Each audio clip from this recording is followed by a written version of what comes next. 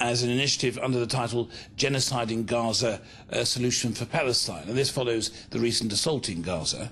The event attracted over 300 delegates, I understand, and to what was, to all intents and purposes, a government-led initiative. This is the Malaysian government, essentially. It was sort of a joint event with the Kuala Lumpur Foundation and the Malaysian Foreign Ministry. Many have said that it's quite unique for a government to take a lead like that. I don't think there is a case where government on this issue has been so forthright. How significant is this, in your mind, that the Malaysian government has supported this initiative? Well, the Malaysian government have done things which other countries would never dream of doing. We are not very orthodox. We challenge the established systems. And this is again another instance where we do things that other governments feel shouldn't be done by them. They should allow the private sector. But the private sector, NGOs, are not as effective as a government. And we solve our financial problem by the government taking action. If it had been the private sector, we wouldn't have succeeded. So we think the same thing would happen. People would notice and will take us more seriously because government is involved. Now, you made reference in your keynote speech at the conference yesterday to the culpability of Britain in the whole plight of the Palestinians today, going back to the signing of the Balfour Declaration. You seem to suggest that perhaps we should be focused on the culpability of Britain at that time and revisit the nature and the, if you, in your sort of language, the illegality of that declaration, and that perhaps may be the source of resolving the current crisis. Could you elaborate a bit on that? Well, it was the Balfour Declaration which started all these 60 years of fighting wars, terrorism, etc. If you look back, before that, there was no such fight between Muslims and the Jews. So it must be that declaration which is the beginning, which triggered off this uncertainty and violence in the Middle East. Unless we go back to that and reconsider that, to see how wrong it was and try to achieve some kind of justice for both sides, I think we are not going to be able to resolve the problem. Now, there are many conflicts in the world, sadly.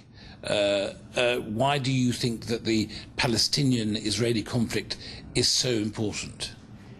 Well, as you can see, it has begun to spread, and it can end up in a world war. I mean, the attack on 9/11 in New York has some relation to what happened in Palestine, and even the attack on Iraq, Afghanistan. These are things that are related to what happened to Palestine. The sense of injustice felt now, not just by the Palestinians, but the Arabs and the Muslim world.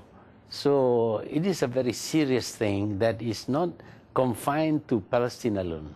There were many who viewed with horror the images on their screens as during the recent assault by Israel on the people of Gaza.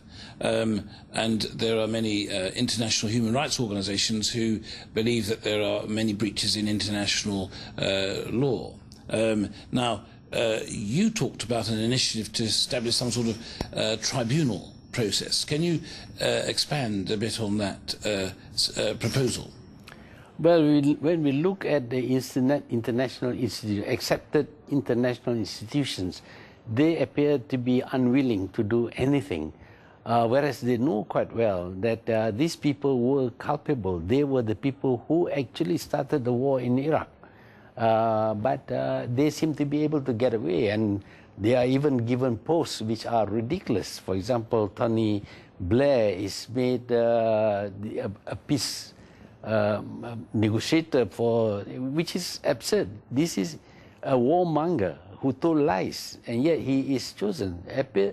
It appears that the Western world approves the things that he does, but it is necessary for us to expose the role that he plays, even if we cannot punish him the way, well, governments can. So you wouldn't necessarily be seeking to have sanctions imposed, but just the exposure and ridicule and the creation, if you like, of pariah status for some of those individuals. Yes, that's what is our intention. We are quite aware that there's not much we can do, but we are punishing such individuals. But we can make him a kind of rogue who is not acceptable in good society.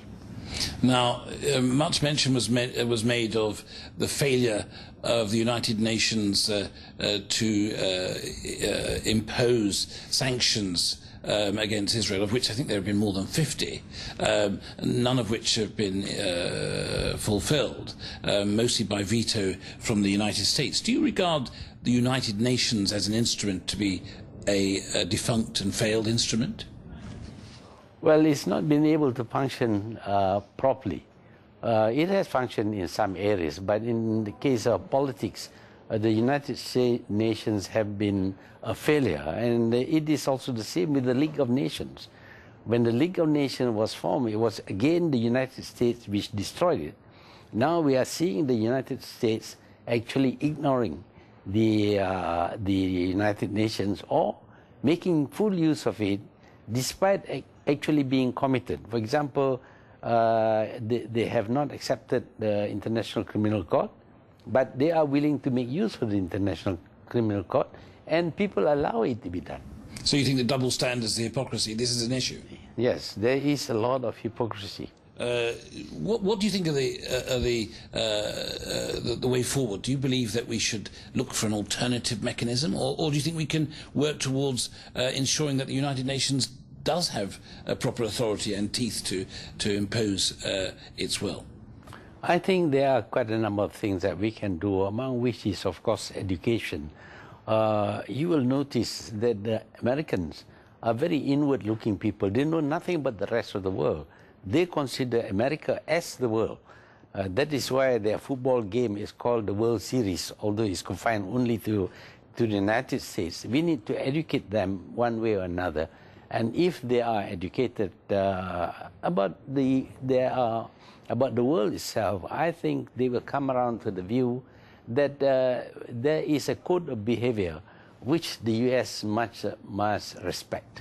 I mean, I was surprised even to discover during the recent election process that 7 out of 10 Americans do not possess a passport, which sort of indicates a level of insular thinking. But the United States has probably the most crucial role to play, especially in the Israeli-Palestinian conflict. What do you think, with the election of a new president, do you think that we can expect a change? We've also seen the election of Mitchell as a special envoy in the Middle East. Do you think that that's going to herald a significant change? We think there will be some change, but not in the case of Palestine.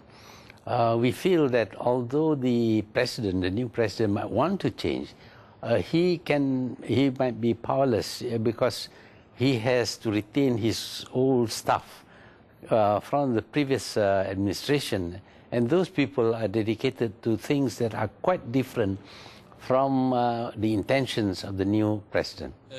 Do you believe that we will see change as a result of America, or can change be made despite America? I think it will take a long time, but change can take place.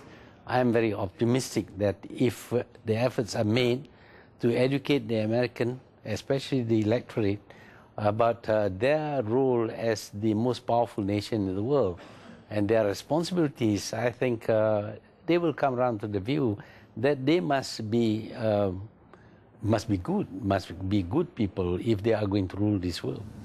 There have been reports that the Spanish courts are now stand ready to indict Bush and Blair, or at least some of their senior figures, in terms of war crimes. Do you see that as a positive development? Yes, I think so, but I think if they are going to do anything at all, it should not be directed at some minor officials who are involved. The head of the organization, and in this case is the president himself, should also, and the prime minister should also be indicted, because in the case of the